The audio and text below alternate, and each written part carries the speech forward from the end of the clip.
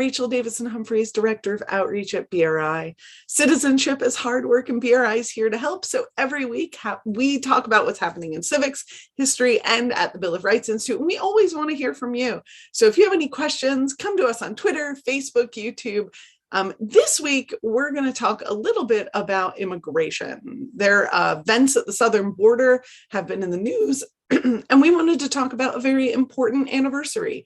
The Immigration and Nationality Act of 1965 was signed on October 3rd, 1965. So yesterday was its anniversary.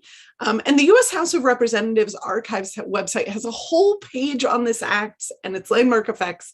And so I'm going to tell you a little bit about it. So at the base of the Statue of Liberty, very iconic kind of imagery, President Lyndon B. Johnson signed into law the Immigration and Nationality Act of 1965, also known as the Hart-Celler Act, after the two senators, after the senator and representative who sponsored it. It was an overhaul bill for American immigration during a really period of deep global instability. So for a long time, many of you may not know this, there was a federal quota system that limited the number of immigrants to the United States based on country of origin. That was how they could apply for visas. So they took a 1910 census and then a 1912 census and then a 1910 census, kind of divided up the country based on who was already in the country and gave percentages that were allowed to come in. And it was this very, it was really a not great way, because it didn't allow for any flexibility in how people entered the country. So in 1965, passed during the height of the Cold War, it's the Hart-Celler Act was passed, which is the longest standing policy of limiting which erased that long-standing policy of limiting immigration based on national origin. So Congress erected a legal framework that instead prioritized highly skilled immigrants and opened the door for people with families already living in the United States. The popular bill passed in the House 318 to 95. Can you imagine an immigration law passing 318 to 95?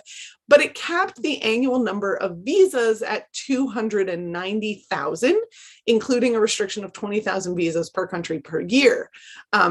But the policymakers had vastly underestimated the number of immigrants who would take advantage of the family reunification clause.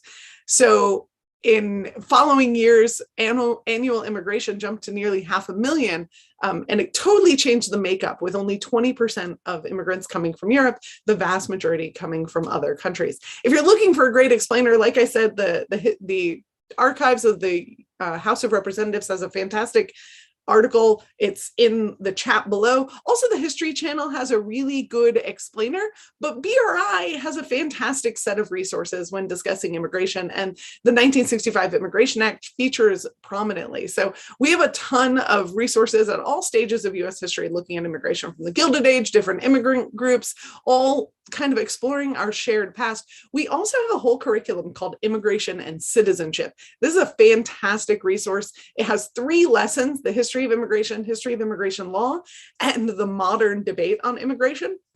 And the modern debate has an essay that I love teaching. I've taught it across the country in different teacher groups. And so I'm going to leave you with kind of a quote from that essay.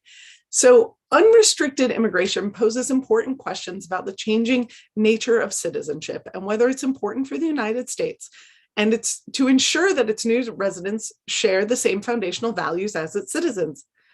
Do immigrants who do not know citizenship in the same way as most Americans pose a threat to the future of the American public? Will individual rights and liberties be protected when immigrants come from places that have no protections? As Thomas Jefferson explained in the Notes of Virginia, it is the manners and spirit of a people which preserve a republic in vigor. Critics of unrestricted immigrants fear that new waves of immigrants do not possess the manners and spirit necessary to maintain a free society.